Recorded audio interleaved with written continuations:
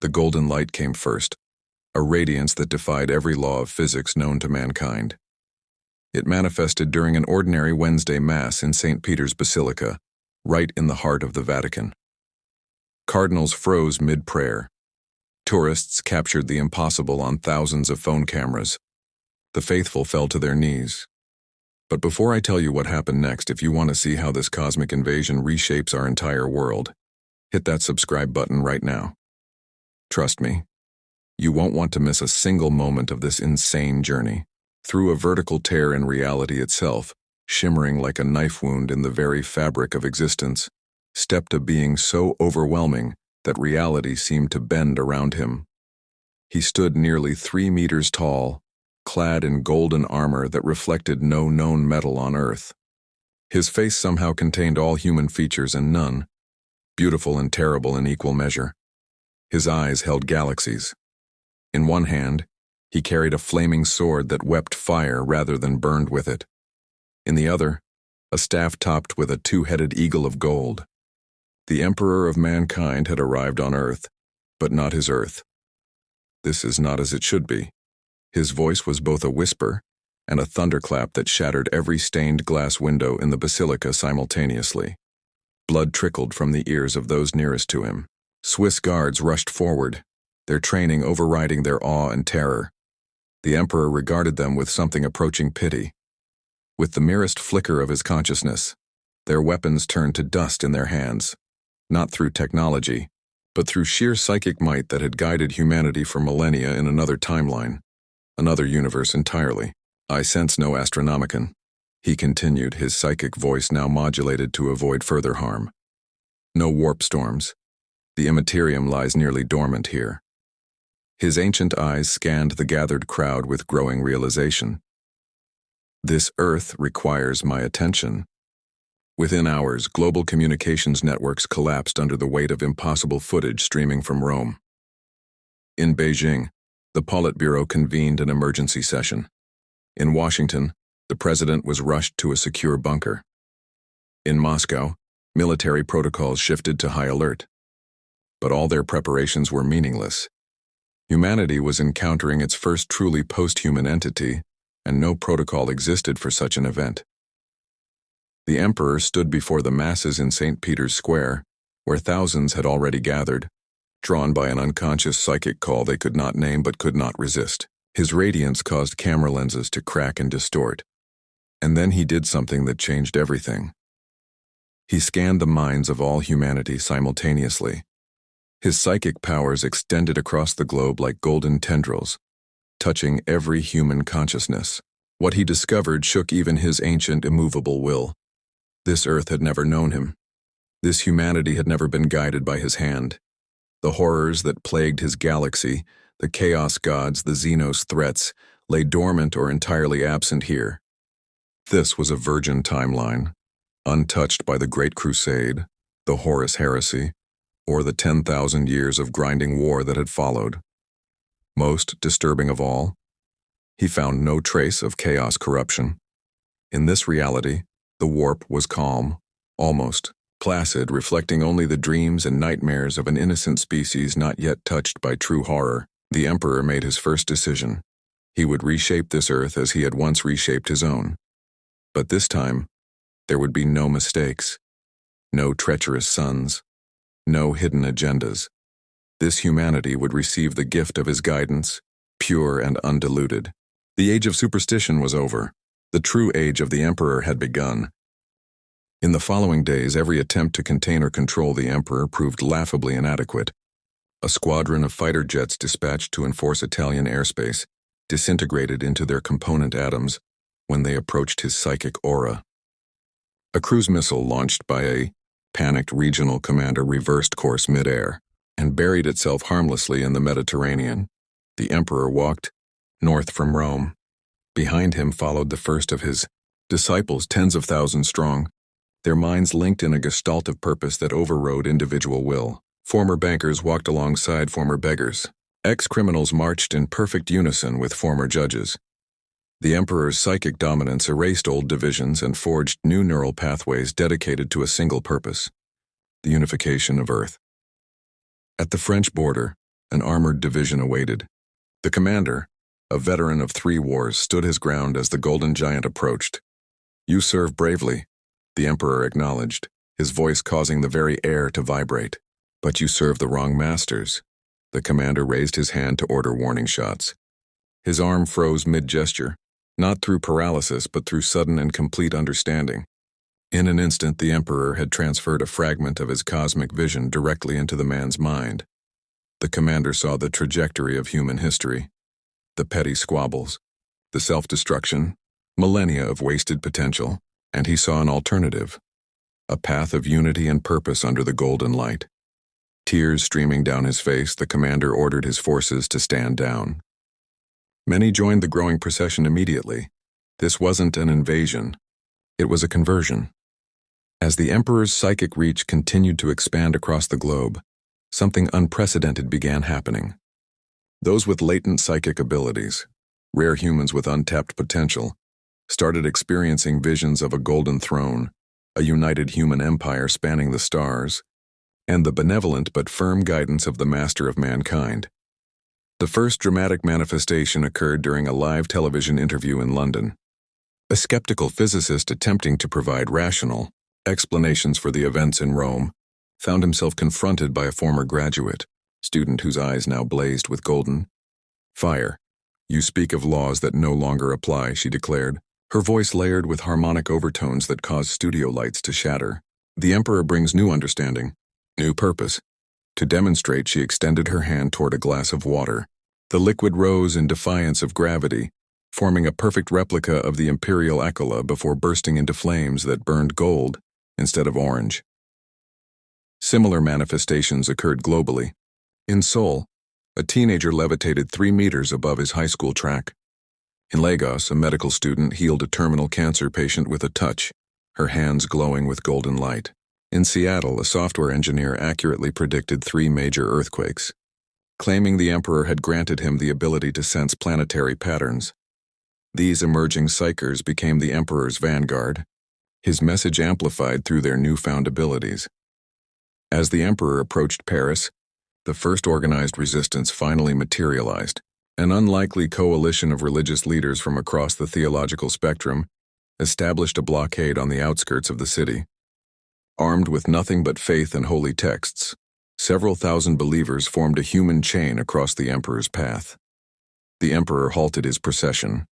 For the first time since his arrival, something approaching sorrow crossed his perfect features. "You who claim to speak for higher powers," he addressed them, "what gods do you serve that would deny humanity its birthright among the stars?" A Catholic cardinal stepped forward, his aged hands trembling but his voice firm. "We serve the one true God who teaches love and forgiveness, not domination." An imam nodded beside him in rare agreement. "Allah guides us toward peace and submission to His will, not to the will of a man, no matter how powerful." The Emperor's expression remained unchanged, but the golden light emanating from him became penetrating, analytical, revealing core truths. "I have lived 10,000 lifetimes," he responded gently but unyieldingly. "I have worn the masks of every deity humanity has ever worshipped. I have been your Messiah, your prophet, your Buddha, your Krishna. These were necessary guises for a species not yet ready to comprehend the truth."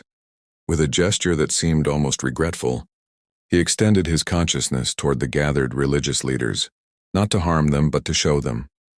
In an instant, they experienced compressed versions of the Emperor's own memories, his birth during humanity's prehistoric dawn, his careful millennial-long guidance of human development, his countless interventions throughout history. Many fell to their knees, their theological certainties shattered. Others stood firm, their faith bending but not breaking.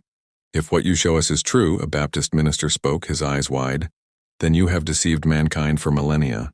You have played God." "No," the Emperor corrected. "I have never claimed godhood.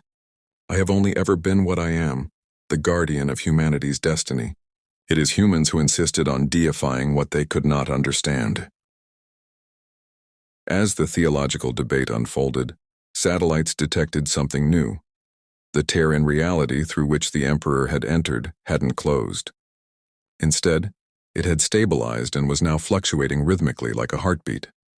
The Emperor, aware of the dimensional instability but focused on the immediate challenge, continued his dialogue. But then he made his most audacious move yet. For 3 minutes and 33 seconds, every human shadow on Earth aligned in the same direction, pointing toward Paris, regardless of the sun's position. Even in darkness, even indoors, human shadows manifested and oriented toward the Emperor.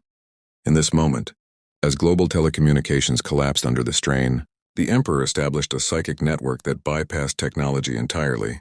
Every human on the planet simultaneously heard his voice in their minds, speaking in their native language with the intimacy of a trusted friend. "Children of Earth," he began, "you stand at the crossroads of your destiny. For too long you have been divided by borders, by beliefs, by artificial constructs of nation and creed. These divisions have kept you planet-bound while the galaxy awaits your rightful dominion."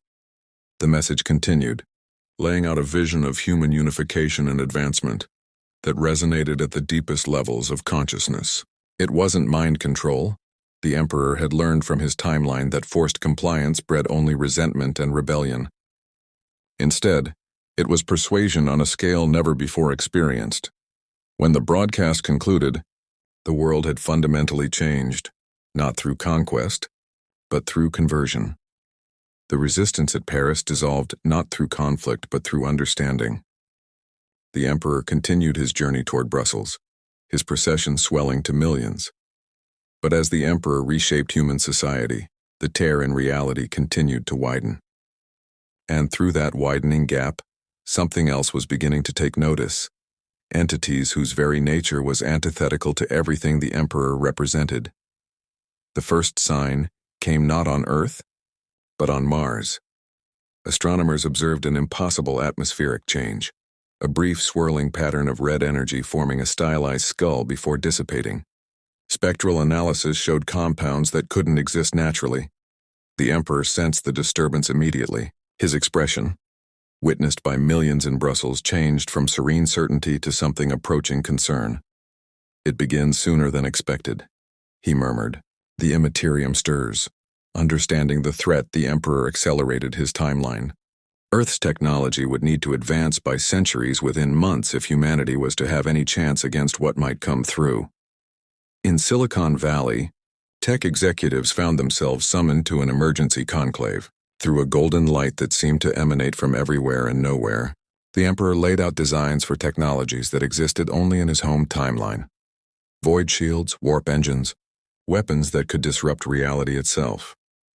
"The physics of your universe allows for these developments," he explained through his spokesperson. "You have simply lacked the vision to pursue them. That changes now." The technological revolution that followed was unprecedented. Major corporations shared breakthroughs freely, their competitive instincts subordinated to unified vision. Within weeks, prototypes emerged, containment fields at CERN, quantum-entangled computing substrates in Japan, gene therapies that elevated humans toward their maximum potential. These enhanced soldiers, stronger, faster, more resilient, became the visible symbols of humanity's new direction, clad in prototype armor incorporating the most advanced materials science could produce. But for every action, there is a reaction. The incursions began subtly. In a remote Siberian monitoring station, 3 enhanced soldiers shared the same dream. A garden where plants bled when cut and whispered promises of eternal life. They awoke to find actual roses growing through their concrete floor, each bloom a riot of impossible colors. When a botanist attempted sampling, the plants released spores that transformed his body into a garden of flesh that continued growing after death. Similar incidents occurred globally. In Australia's outback, geometric patterns appeared spontaneously on personnel's skin. Near Peru's Nazca lines, gravity reversed in a perfect sphere, causing equipment and people to fall upward before psychers contained the anomaly. 6 months after the Emperor's arrival, the true threat materialized. The breach occurred at what had been CERN but was now the primary Imperial research facility. Scientists experimenting with a dimensional periscope created a microscopic connection between realities. That was all Tsinch, the changer of ways, needed.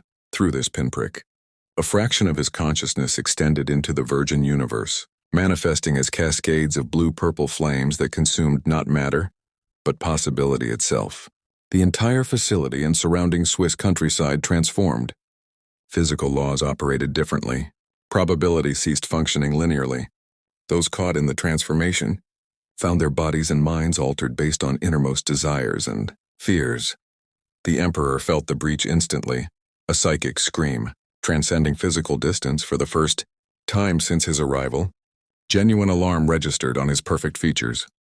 The Emperor departed Brussels immediately, his physical form dissolving into pure golden energy that reconstructed at the edge of what Imperial authorities designated a chaos zone.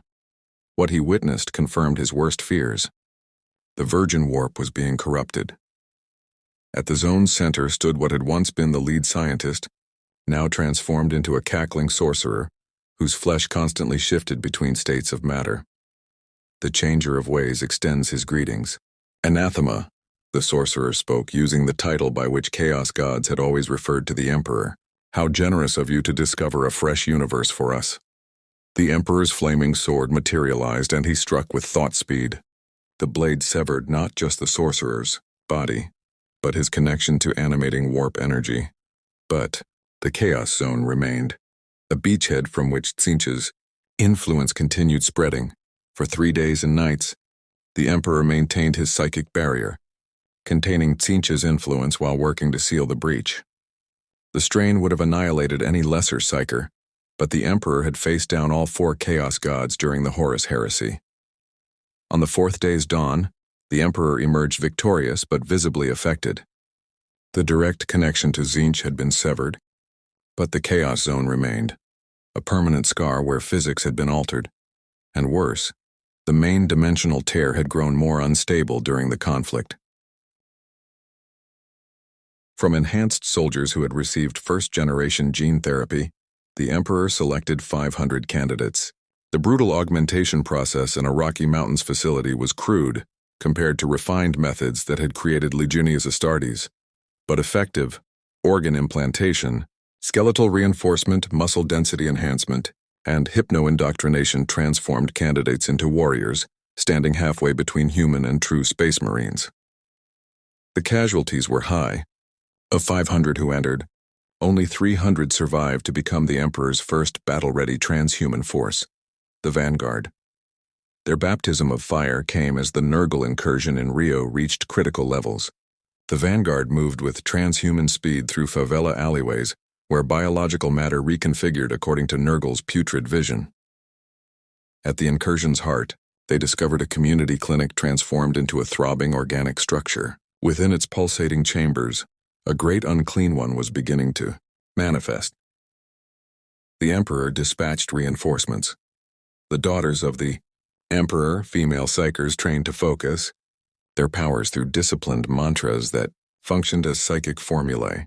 The combined assault disrupted the demon's manifestation. The creature dissolved back into warp energies. Victory was achieved, but 43 Vanguard warriors were lost, and 17 daughters burned out their psychic abilities entirely. The Emperor recognized the limitations of his current approach. Humanity wasn't yet ready to face chaos's full might. A more fundamental solution was required. Create a version of the Astronomicon in this universe. Construction began at the former UN headquarters in New York, now the Central Administrative Complex. The Secretariat Tower was reinforced and rebuilt, extending higher than originally designed. At its summit, a chamber echoed the golden throne room of Terra, not as grand or powerful, but serving similar purpose. The Emperor's physical form took up residence on a throne-like device, extending his consciousness outward to establish a psychic barrier around Earth that would make further chaos incursions difficult and stabilize the dimensional tear. The effort required the Emperor to focus the majority of his attention on maintaining this shield. His direct involvement in day-to-day operations necessarily decreased. In his place, a Council of Terra assumed administrative control, guided by occasional psychic communications. They directed technological development, Proto-Astartes program expansion, and industrial conversion toward imperial purposes. But without constant direct oversight, subtle corruption began seeping in, not chaos taint, but the more insidious corruption of human ambition, fear, and short-sightedness. Before the Emperor could adjust his approach, a new disturbance registered, something from his home dimension that had followed his passage between universes. the disturbance manifested in Antarctica. Imperial forces discovered a towering crystalline obelisk, thrumming with energy patterns identical to the Emperor's but somehow inverted. Within, a single life form, humanoid but more powerful than any Proto-Astartes. The Emperor recognized the signature immediately, a Primarch. The crystalline structure pulsed with blinding energy, revealing the figure within, clad in robes of deepest blue, his bald head marked with circuit-like patterns. Eyes glowing with internal light stood Magnus the Red, Primarch of the Thousand Suns.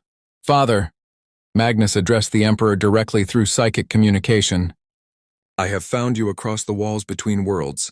The Emperor's response was cautious. Magnus, you are not as I remember you. Explain your presence and purpose. Magnus smiled sadly. I am not the Magnus you knew. When the tear opened and you passed through, it created echoes across multiple timelines.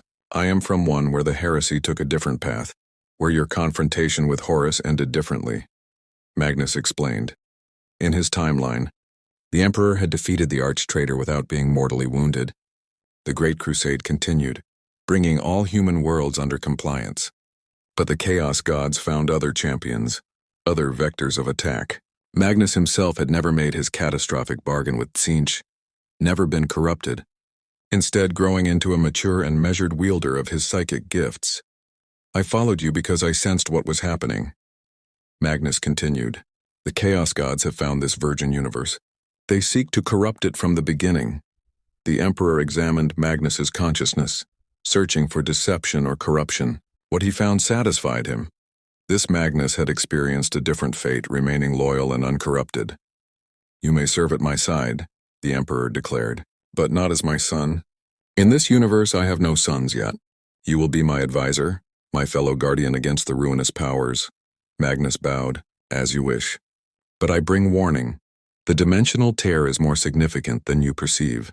It's not merely passage between two universes, but a fracture point where multiple realities intersect. More will come through, both allies and enemies. With Magnus established as a second psychic nexus in Antarctica, the Emperor adjusted the Astronomican's configuration. Between them, they established a more sophisticated network that could shield against chaos and actively monitor the dimensional tear. Through careful study of corruption patterns, they identified a concerning trend. The incursions weren't random. When mapped onto Earth's surface, major manifestations, Tzeentch's Swiss zone, Nurgle's Rio infestation, Khorne's African battlefields, and newly discovered Slaanesh corruption in Los Angeles entertainment industries, formed points on a sigil of immense complexity. They seek to claim this Earth as their own, Magnus observed, not through individual corruptions but through coordinated effort to reshape reality's very nature. The pattern is a planetary scale spell. If completed, it would make the barrier between dimensions permanently permeable to their influence. The strategic implications were clear. Prevent new incursions from establishing at remaining sigil points. As they coordinated defensive efforts, the dimensional tear exhibited signs of imminent catastrophic expansion. Psychic energies channeled through it from Chaos God's efforts, and from the Emperor and Magnus's own workings created stresses threatening to tear it wide open. If the breach expands beyond critical threshold, Magnus warned, barriers between dimensions will collapse entirely. This universe and ours and potentially many others would bleed together, creating a roiling sea of overlapping realities where physics itself breaks down. The Emperor made a difficult decision. Redirect Earth's resources toward constructing a device analogous to the Golden Throne, designed not to sustain his life or power the Astronomican, but to seal the dimensional breach permanently. But before implementation, the tier experienced its first major expansion. Without warning, the breach widened tenfold in less than an hour. The psychic shockwave knocked both Emperor and Magnus temporarily unconscious. Through this widened tier poured not just psychic influence, but physical manifestations from other realities. Demonic incursions, Xenos creatures from dimensions where humanity had failed, and most surprisingly, human warriors in armor bearing imperial insignia of unfamiliar design. These space marines fought with disciplined fury against demonic and Xenos threats, establishing a defensive perimeter, their leader removing his helmet, revealed an aged face with augmetic eyes glowing with internal power, and a web of scars speaking of countless battles. Primarch Magnus, he addressed the stunned Crimson King. The Emperor protects. Even across the abyssal gulf between universes, I am Chapter Master Dante of the Blood Angels, or what remains of them in the 51st millennium. Magnus's shock was evident. The 51st millennium? That would mean, yes, Dante confirmed. 10,000 years after you and the Emperor departed our reality. The Imperium endured after a fashion through ages of bloodshed, making even the Horus heresy seem a minor prelude. The Emperor's consciousness projected into the Antarctic facility as golden light. Chapter Master, the Emperor acknowledged. Your presence requires explanation. Dante knelt. My Emperor, I come from a future where your Imperium stands at the brink of final collapse. The ruinous powers have achieved near-complete dominance. Terra itself has fallen. The Golden Throne failed in the 49th millennium. The information struck like a physical blow. His grand design had ultimately failed. During the final battle for the solar system, Dante continued, we detected a unique energy signature in Antarctica, a temporal dimensional anomaly identical to the one through which you disappeared millennia earlier. Suppressed historical texts theorized this represented passage to another reality, untainted by chaos's total dominion. As the last significant loyalist force, my fleet was tasked with securing this passage and making contact. He reported bringing 3,149 Astartes from a dozen chapters, plus approximately 20,000 human personnel, militarum veterans, tech priests, sisters of battle, and salvage technology including STC fragments. The Emperor examined these reinforcements. Exceptional veterans deeply indoctrinated in religious veneration of the Emperor, at odds with his intentions. More worryingly, subtle signs of warp exposure among some humans, early indicators of chaos influence that might devastate this new population. Yet their experience and advanced technology represented significant advantages. Your forces will be integrated, the Emperor declared. Your experience fighting chaos will prove invaluable. But understand, the Imperium I'm building here will not repeat past mistakes. No ecclesiarchy, no religious veneration of myself, no sacrifice of knowledge and progress on superstition's altar. Dante's expression remained stoic, but discomfort flickered across his features. As you command. But I must caution that faith in your divinity has been a powerful weapon against chaos corruption for millennia. Faith is not the issue, the Emperor clarified. Blind faith is faith in humanity's potential, in our capacity to overcome any challenge through reason and unity. This I encourage, but I will not be deified again, not when that path led to Terra's fall in your timeline. An alert interrupted. The dimensional tear was fluctuating again. Bearing a signature Magnus recognized immediately. Chaos undivided, the Crimson King warned. Multiple influences intertwined, working in concert rather than usual competition. The implications were dire. The four chaos gods rarely cooperated. Dante ordered defensive positions. Blood Angels deployed with support from Imperial fists, Ultramarines, and chapters the Emperor didn't recognize. Magnus channeled psychic might into a crimson barrier before the tear. The Emperor diverted significant consciousness to reinforce Magnus's efforts. The tear expanded. Through the widened breach emerged a single figure radiating power comparable to Magnus himself. Clad in ornate power armor of midnight blue trimmed with gold, his bare head revealed features of such terrible perfection that mortal minds struggled to process them. Magnus recoiled. Fulgrim, but not as he once was. This was Fulgrim Ascended, a demon primarch of Slanesh, having physically crossed the dimensional boundary. My, the demon primarch spoke, his voice a symphony causing several humans to collapse, blood running from ears and eyes. What a delightful new playground you've discovered, Father. The gods send their regards. Bolter fire erupted. Hundreds of mass reactive shells converged on Fulgrim. Explosions enveloped him completely. When smoke cleared, Fulgrim stood unmarked, his perfect features arranged in amused disappointment. Is that any way to greet your long-lost brother, Magnus? With such primitive toys? With impossible grace, Fulgrim unleashed psychic assault, pure sensory overload. Every human and Astartes within 100 meters experienced every pleasure and pain Their nervous systems could produce simultaneously, at maximum intensity. Many died instantly. Others fell incapacitated. Magnus's barrier absorbed the worst, but strain showed. You have miscalculated, Fulgrim. This is not the dying Imperium you left. Here Father stands at his power's height. And I'm not the broken creature you remember. The Crimson King unleashed concentrated warp energy. Fulgrim caught it bare-handed, absorbing it entirely. Oh, I'm counting on his power, Fulgrim purred. This virgin universe, this untapped potential. Do you think the gods would allow such a feast unclaimed? They've learned from mistakes in our dimension. This time they move as one. The Emperor manifested physically beside Magnus in a burst of golden radiance. Not the enthroned corpse god of the 41st millennium, but the supreme being who had walked among humanity as guardian and guide. His armor gleamed with painful light. His sword blazed with neutron starfires. Fulgrim, he acknowledged with controlled regret. Once my son, now a slave to powers you thought to master. The demon Primarch's features twisted in a snarl. I am no slave, Father. I am ascended, perfected beyond your limited imagination. And yet here you stand doing their bidding, the Emperor observed with devastating simplicity. A mere herald for entities lacking courage to face me directly.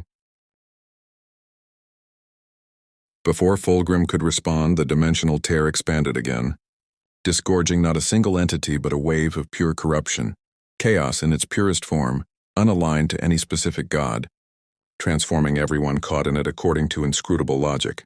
Space Marines underwent horrific transformations, their gene-enhanced physiology providing little protection. Some became grotesque parodies, armor fusing with flesh as they grew additional limbs.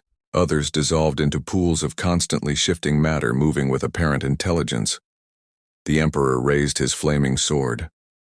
From it erupted a wall of golden fire holding back corruption's tide. Behind this barrier, Magnus channeled powers to evacuate surviving loyalists through hurriedly established webway gates. Fulgrim, momentarily ignored during chaos, seized his opportunity. Not to attack the Emperor directly, even a demon Primarch wasn't that foolish, but to accomplish his true purpose. From within his armor, Fulgrim withdrew a crystalline device of non-Euclidean geometry, existing in more dimensions than human eyes could perceive. He thrust this into the dimensional tear's heart, where it fused with the breach's very fabric. The key is placed, Fulgrim announced triumphantly. The way is opened. This universe is claimed in the name of Chaos Undivided. The Emperor, perceiving the threat too late, lunged toward the tear with speed defying comprehension. But Fulgrim summoned twisted forms, corrupted Space Marines remade as demonic vessels, who flung themselves into the Emperor's path, delaying him crucial seconds. The Emperor cut through them contemptuously, but the delay proved sufficient. The crystalline device pulsed once, twice, and on the third pulse shattered into 1,000,000, fragments dispersing into the tear itself. The effect was immediate and catastrophic. The tear expanded exponentially. No longer a contained breach, but full collapse of barriers between dimensions. Through this widening gap poured not just warp energy, but fragments of other realities, shards of alternate timelines, splinters of possible futures, echoes of divergent pasts. Antarctica began breaking apart as different physical laws competed for dominance. Fall back to secondary containment, the Emperor commanded, establishing a new psychic barrier encompassing more limited area. Magnus, prepare dimensional stabilizers. We cannot close the breach, but we may still contain its effects. Fulgrim laughed with pure joy. Already too late, Father. The gods have learned patience. They don't seek to defeat you in direct battle. They seek to make this entire universe their playground. Even now, their influence spreads beyond your capacity to contain. The demon Primarch's words carried terrible truth. Through his global network connection, the Emperor sensed similar reality fractures manifesting where chaos had already established footholds. Switzerland, Rio, Central Africa, Los Angeles. The sigil was activating, transforming from mere corruption pattern into a planet-wide summoning circle. The scope of catastrophe threatened to overwhelm even the Emperor's strategic genius. This wasn't a battle winnable through conventional means or superior psychic might. It was existential threat to reality itself. In this supreme crisis, the Emperor made his final desperate decision. If the universe itself was being corrupted at its foundations, then the only solution was imposing a new order, new fundamental laws preserving humanity's existence even as the physical cosmos transformed. Drawing. Upon full psychic might augmented by direct connection to his New York throne device, the Emperor began implementing a contingency developed but never expected to use. Creation of a human-centric pocket reality. A demiplane existing partially in real space and partially in carefully controlled warp section. Magnus, he communicated telepathically. Activate the global webway network. Maximum power, full spectrum encryption. We are implementing the ARC protocol. The Crimson King's eye widened in shocked understanding, but he complied without question. Through their combined psychic effort, the limited webway network suddenly expanded, crystalline tunnels stretching to encompass major population centers globally. Simultaneously, Proto-Astartes Vanguard and veteran Space Marines moved with transhuman speed implementing the physical component, activating geosynchronous orbital platforms disguised as communication satellites, but actually massive warp field generators. As chaos corruption spread across Earth's surface following the sigil pattern creating a planet-wide portal, the Emperor initiated the most ambitious psychic working of his immeasurably long existence. Golden light erupted from every Imperial facility globally, forming a lattice briefly countering spreading corruption. Through this network, the Emperor extended his will into local spacetime's very fabric, not to destroy the chaos incursion beyond even his power, but to create something new within the corruption, a pocket of ordered reality where humanity could continue existing even as the physical universe succumbed. The process was catastrophic for existing Earth. Continental shelves collapsed as portions of planetary mass translated into the newly forming demiplane. Oceans boiled away, atmosphere began dispersing, but within this apocalypse, stability islands formed around each major installation and population center, protected by the Emperor's psychic power and technology, from both his original timeline and advanced knowledge brought by Dante's 51st millennium refugees. Fulgrim, realizing too late the Emperor's strategy, attempted disrupting the new demiplane's formation. But he found himself confronted by Magnus, Dante, and combined loyalist forces, all fighting with desperate knowledge this was humanity's last stand across all possible timelines. The battle raged across what had been Antarctica, but was now surreal landscape where physics rewrote itself moment by moment. Space Marines fought alongside Proto-Astartes, sisters of battle-united faith-driven powers with tech priests' scientific approaches. At the center, Magnus dueled his fallen brother with full psychic might. Above this chaos, the Emperor continued his great working. Consciousness expanded to encompass the entire planet and beyond, selecting and preserving elements of human civilization, worth saving while allowing corrupted remainder to fall into the seething warp, now interpenetrating material reality. The process couldn't save everyone. Billions perished as reality sections collapsed into chaos, bodies and souls claimed by ruinous powers as first massive tribute from this virgin universe, but hundreds of millions were successfully translated into the nascent demiplane, preserved within ordered reality bubbles gradually connecting to form new coherent whole. As translation's final phase completed, the Emperor performed one last crucial operation. With psychic exertion that would have annihilated any lesser being, he severed connection between his newly created demiplane and this universe's warp, creating a self-contained reality existing with its own internally consistent laws of physics and its own stabilized immaterium, protected from the full corruption that had claimed the original universe. The effort nearly destroyed him even in his physical prime. The Emperor's form in the Antarctic facility collapsed, his consciousness barely maintaining cohesion as it retreated to the relative safety of his throne in what had once been New York, but was now the capital of a pocket universe inhabited by the remnants of humanity. Magnus, sensing his father's peril, disengaged from his battle with Fulgrim with a final devastating psychic assault that temporarily banished the demon Primarch back to the collapsing universe beyond their sanctuary. With the last of his strength, Magnus sealed the final breach between realities before collapsing beside his father, both drained beyond even their superhuman physiology's capacity to quickly recover. In the aftermath, as survivors took stock of their new reality, the scope of what had occurred became clear. The Emperor had not saved Earth or the physical universe. Both had been claimed by chaos, transformed into a playground for the ruinous powers and their servants. What he had saved was something more essential: humanity itself. Preserved within a pocket dimension that functioned according to laws he had defined, this new Imperium existed in a realm neither fully material nor fully immaterial, a demiplane. Combining elements of both states in carefully balanced equation, it had its own internal geography, its own stellar bodies, its own physics, all designed to support human life while remaining resistant to chaos corruption. But it wasn't the grand vision of human galactic dominance the Emperor had once planned.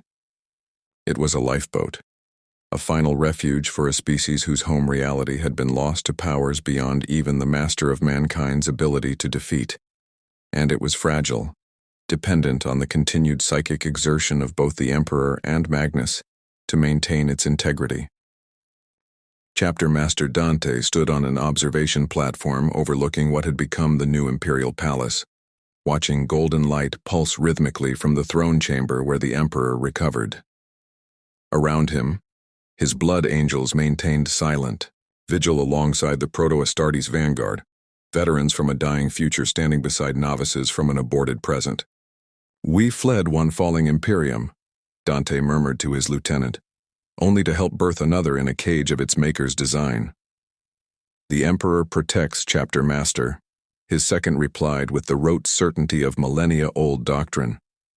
"Yes," Dante agreed quietly, his ancient eyes fixed on the golden glow.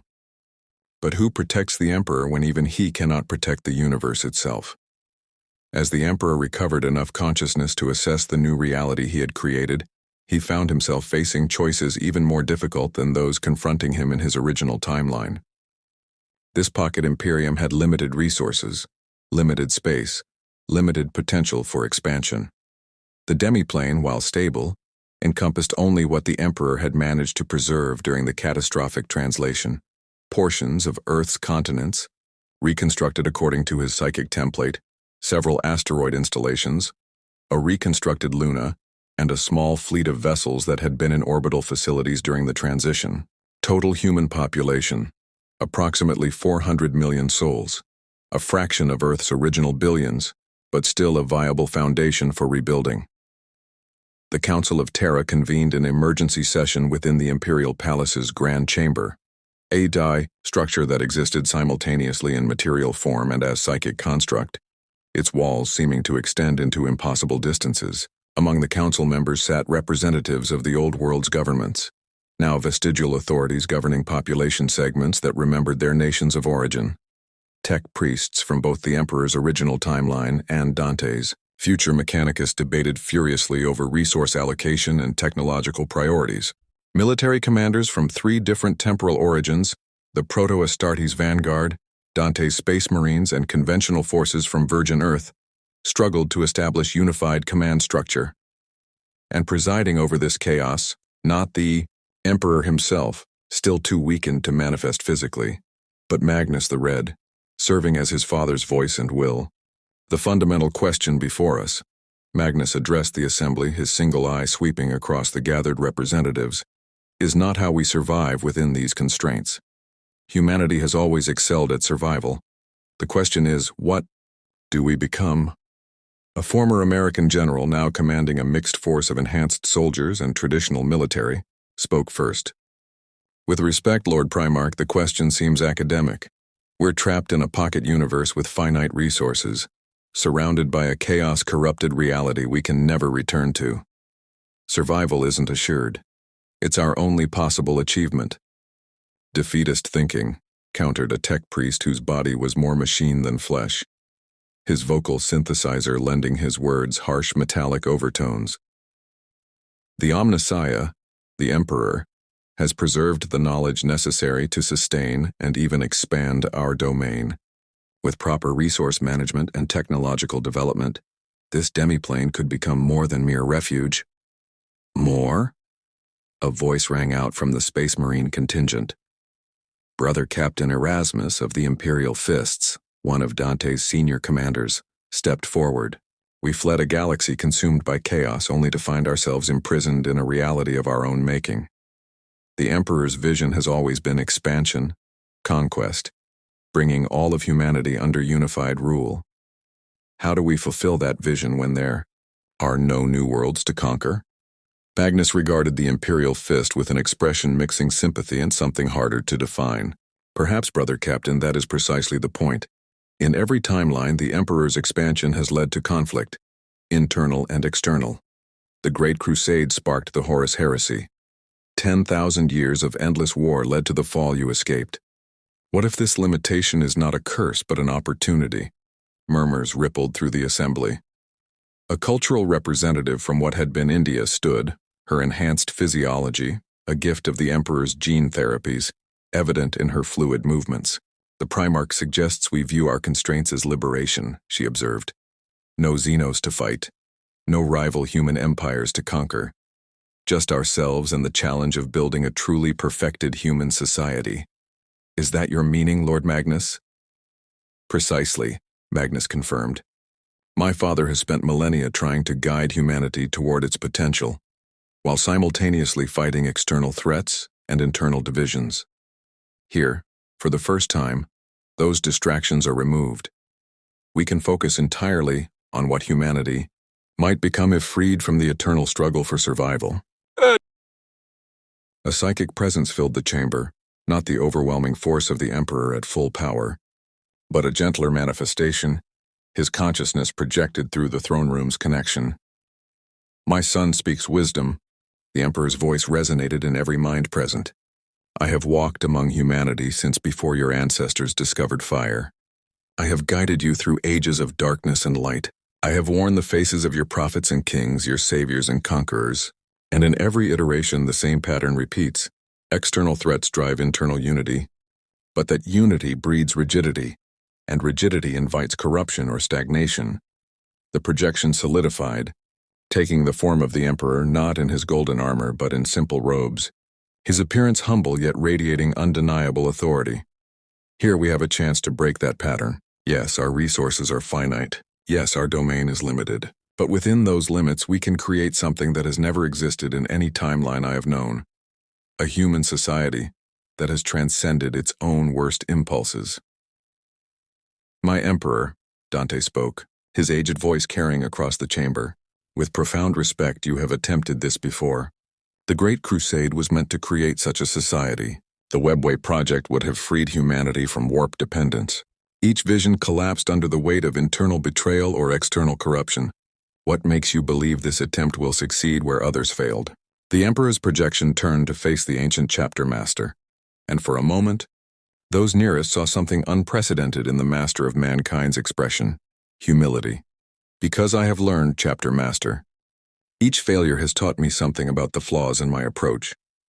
The Great Crusade failed because I created sons, primarchs, and then treated them as tools rather than individuals with their own wills and needs.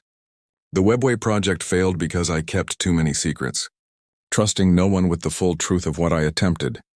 The Emperor gestured, and the chamber's walls suddenly displayed psychic images, visions of possible futures for this pocket imperium. Here, I will make no primarchs. The Proto-Astartes will be enhanced humans, yes, but not my sons, merely the best of our species given tools to serve and protect.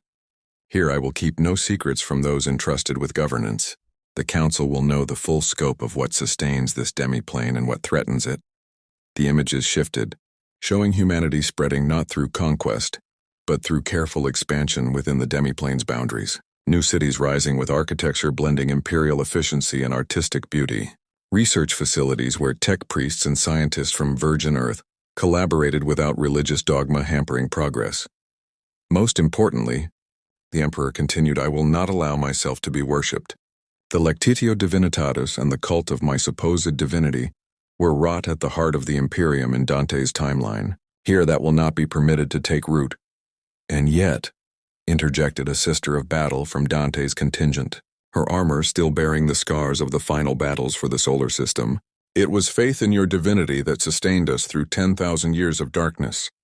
How do you propose to inspire similar devotion without that foundation? Through truth, sister. Through demonstrable improvement in human condition. Through showing rather than demanding belief. If this Imperium requires worship to sustain itself, then it deserves to fall as the others did. The assembly dissolved into heated debate. Dante's veterans, raised in the imperial creed, found the emperor's rejection of his own divinity deeply troubling. Many had literally fought for millennia, believing they served a god. To be told that God rejected their worship felt like betrayal. The Proto-Astartes vanguard, still psychologically conditioned through their rapid enhancement process, struggled with conflicting loyalties, absolute devotion to the emperor's will, but that will now commanded them to view him as merely human, however exceptional. Representatives from Virgin Earth's population faced different crises. Many had been drawn to the emperor through psychic call that felt divine. Learning their savior rejected godhood while simultaneously discovering they'd been saved from universal collapse into chaos corruption created cognitive dissonance on massive scale. Over following weeks, as the Pocket Imperium's new society began taking shape, fault lines emerged. The faithful, led by several of Dante's Space Marine chaplains and a coalition of Sisters of Battle, this faction insisted the Emperor's divinity was objective fact regardless of his personal rejection. They began conducting services venerating him despite explicit prohibitions, arguing that humanity needed spiritual foundation.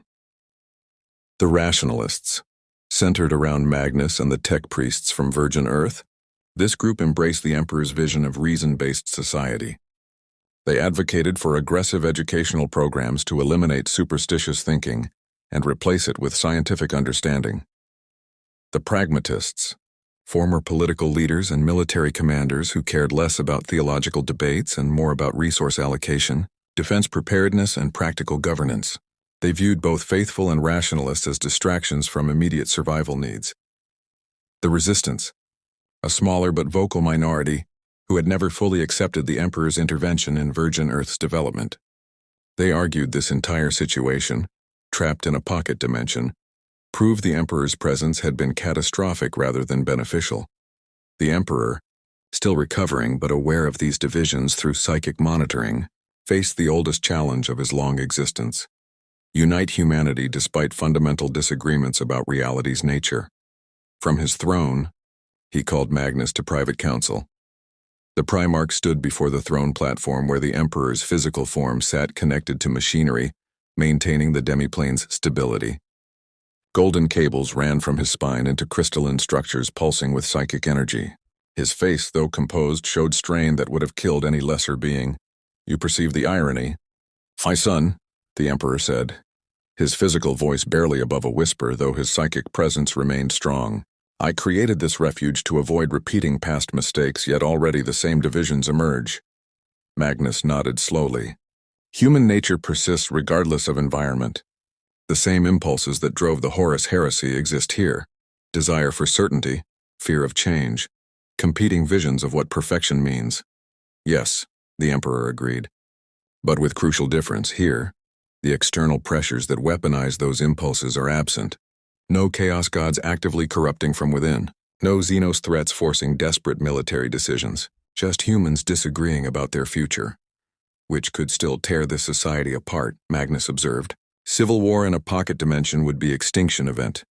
Indeed, the Emperor gestured and psychic displays materialized showing various faction activities. The faithful conducting secret services, the rationalists developing educational curricula that dismissed all religion as primitive thinking, the pragmatists hoarding resources against possible conflict, the resistance planning acts of sabotage against imperial infrastructure. 400 million souls, the Emperor said quietly, and already moving toward fragmentation. "Tell me, Magnus, in your timeline where I remained physically active rather than throne-bound, did I successfully prevent such divisions?" Magnus met his father's gaze steadily. "No. You commanded absolute loyalty through psychic dominance and practical demonstration of superiority. Unity through overwhelming force, benevolent but total. It worked until your attention was divided by the scale of expansion. Then the cracks appeared. So my choice is clear. Either exert constant psychic pressure to enforce harmony, essentially mind-controlling the entire population, or allow divisions to develop naturally, and manage them through traditional governance. There may be third path, Magnus suggested. What if you're approaching this incorrectly? You've always viewed yourself as humanity's guide, its guardian, its leader. What if that itself is the mistake? The Emperor's expression sharpened with interest. Continue. You cannot be both the foundation of this reality and its leader, Magnus explained. Your psychic power sustains the demiplane's existence, a full-time occupation requiring the majority of your consciousness. Meanwhile, you're attempting to also govern, guide cultural development, manage faction disputes. It's impossible even for you. You suggest I cede governance to the Council entirely. More than that, I suggest you cede everything except your essential function, maintaining reality's stability. Become truly what you've always claimed to be. Not a god, not a ruler, just humanity's guardian. Let humans govern themselves, develop their own culture, make their own mistakes, and achieve their own victories. The Emperor was silent for a long moment, his ancient mind processing implications. Finally, he spoke. It goes against every instinct developed over tens of thousands of years. I have guided humanity's evolution since before recorded history. To simply stop, to trust that they will find the correct path without my direction, is the only way to know if humanity can ever truly transcend its limitations, Magnus finished. You cannot create a perfected society through external control. It must emerge from internal development. Your role is to ensure they have the space, literally and figuratively, to attempt that development.